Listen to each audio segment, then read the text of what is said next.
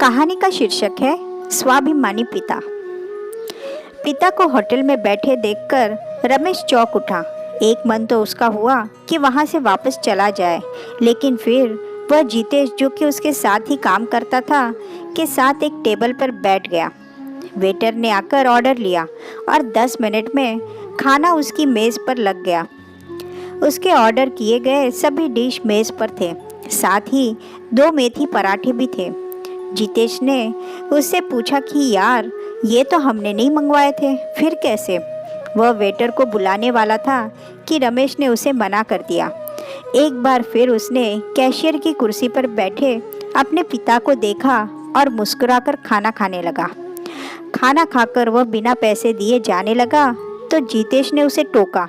हंसते हुए रमेश बोला, मेरे परिचित का रेस्तरां है तो पैसे देने की ज़रूरत नहीं। तभी वेटर ने आकर उसे बिल थमा दिया। बिल में 2 एक्स्ट्रा पराठे भी लिखे हुए थे, जिसे देखकर वह चौंक गया। बुझे मन से उसने वेटर को पैसे दिए और बाहर निकल गया। कुछ साल पहले ही रमेश इस शहर में आया था।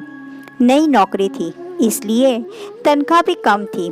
उसने सोचा, पिताजी तो गांव में अकेले ही हैं, यहाँ आ जाएंगे तो उनका मन लग जाएगा और उसे भी मदद हो जाएगी। उसकी माँ के बीमार हो जाने से उसके पिता को खाना बनाना पड़ा, फिर तो वे एक अच्छे कुक बन गए थे। बेटे के पास आकर उन्होंने सब संभाल लिया।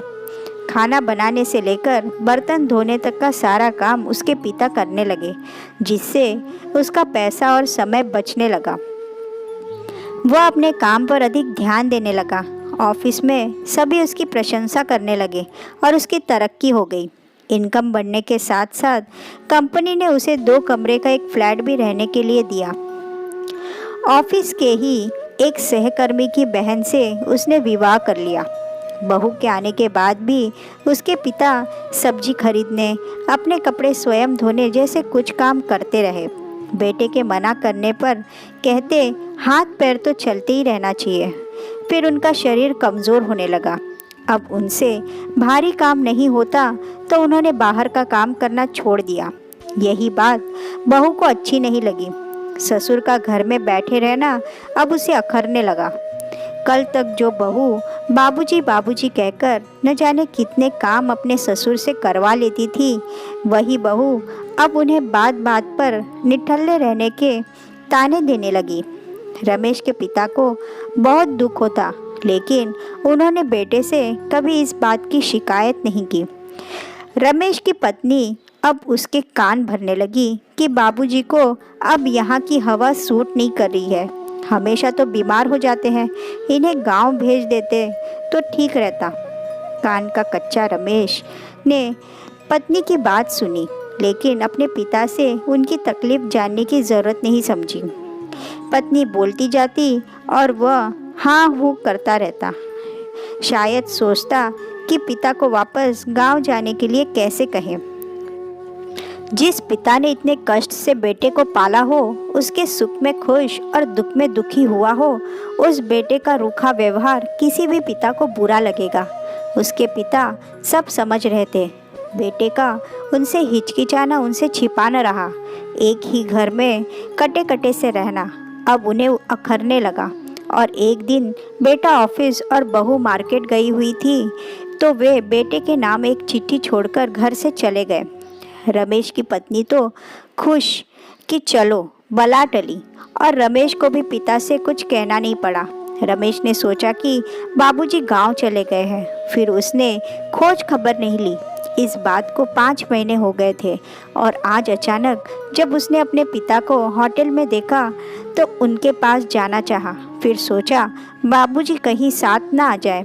फिर मेथी के पराठे अपनी मेज़ पर देखा तो खुश हुआ कि बाबूजी उससे नाराज़ नहीं है।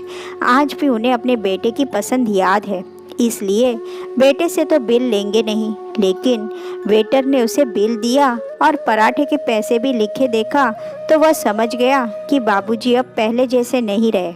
दरअसल रमेश के पिता स्वाभिमानी थे। वे बेटे के हाथों अपमानित नहीं होना चाहते थे, इसलिए बेटे का घर छोड़कर वे अपने मित्र के पास चले आए, जो साल भर पहले ही उस शहर में आए थे। मित्र का बेटा दो रेस्तरां चलाता था। मित्र का बेटा जानता था कि उसके पिता के मित्र अच्छा खाना पकाते हैं। बस उसने होटल उन्हें दे दिया। लोगों के बीच रहकर उनको भोजन करा के रमेश के पिता को बहुत संतुष्टि मिलती थी। रमेश ने सोचा था कि मेरे पिता है, बहुत प्यार करते हैं मुझसे, खाने के पैसे वे भला मुझसे क्यों लेने लगे। लेकिन बिल के पैसे लेकर उसके पिता ने यह बता दिया कि जब तुमने अपने पिता से रिश्ता तोड़ लिया तो मैं भी अब अकेला हूँ और आत्मनिर्भर हूँ। अब तुम मेरे लिए बेटे नहीं एक ग्राहक हो, इसलिए खाना खाए हो तो बिल का भुगतान भी करना ही पड़ेगा।